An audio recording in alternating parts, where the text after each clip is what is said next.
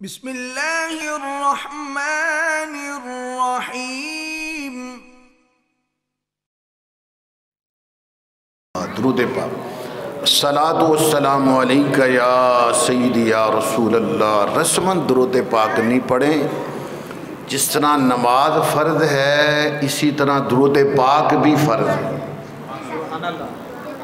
حضرت امام زین العابدین رضی اللہ تعالیٰ عنہ فرماتے ہیں کثرت دے نال درود و سلام پڑھنا اہل سنت ہون دی علامت ہے، نشانی۔ الصلاۃ والسلام علیکہ یا اللہ، الصلاۃ والسلام علیکہ یا رحمت للعالمین، الصلاۃ والسلام علیکہ یا خاتم النبیین۔ حمد و صلات کے بعد نہایت ہی واجب الاحترام حضرت علامہ مولانا حافظ وقاری محمد علی قادری صاحب، خطیب جامع مسجد حاضہ، دیگر علماء کرام و نعت خوانان شیریں بیاں، میزبان محفل، میرے دوستو، عزیزو، بزرگو، عزیز ساتھیو، پیارے بچوں، السلام علیکم ورحمۃ اللہ۔ جس طرح تمام حضرات جانتے ہیں اسی سارے دوست احباب محترم محمد عمر کے محمد وقاص صاحب دے والد گرامی مرحوم دی روح نو اس سال ثواب کرن واسطے اسیں تسی تے میں سارے اللہ دے گھر وچ حاضر ہاں۔ دعا ہے کہ اللہ تعالیٰ مرحوم دی مغفرت فرمائے، اہل خانہ نو اللہ تعالیٰ صبر جمیل عطا فرمائے۔ حضرات محترم، جس طرح کے تمام حضرات علم ہے جو موسم چل رہا ہے ڈینگی دے بخار دا چل رہا ہے۔ حضرات گرامی، پہلے کرونا سی، اب ڈینگی، یہ ساڑی ازمائش ہے، امتحان ہے۔ میری بھی کافی دنوں تو طبیعت خراب ہے الحمدللہ، اس وقت بھی بلڈ پریشر میرا ہائی سی۔ تو حضرات محترم سامعین حضرات، یہ بیماریاں، یہ دکھ تکلیف جو ہے نا، یہ ساڑی ازمائش ہے، یہ امتحان۔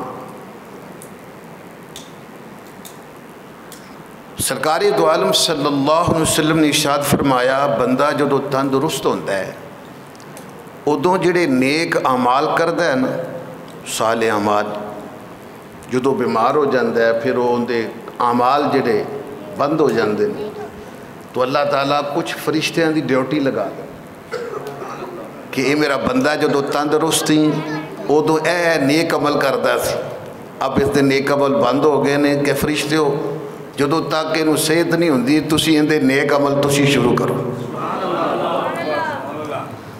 حضرات محترم،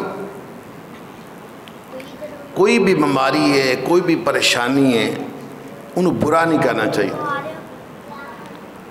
سرکار دو علیہ وسلم تشریف فرما ہے، حضرت ابو ہریرہ راوی ہیں، ابن ماجہ کی حدیث ہے، ایک صحابی نے بخار نو برا کیا، گالی دے، گالی تو مراد ہو نہیں جڑی ایسی گالیاں دینے نہیں، آئے ہائے صحابہ کرام دے یار انہوں دی گفتگو کیسی سی۔ حضرت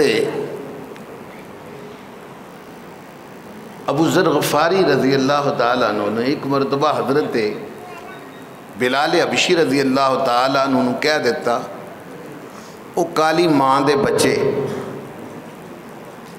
سرکار دو صلی اللہ علیہ وسلم کی بارگاہ میں حضرت بلال حبشی رضی اللہ تعالیٰ، آنکھوں میں آنسو جاری، عرض کی حضور مجھے ابو ذر غفاری نے گالی دی۔ فرمایا کیا گالی دی؟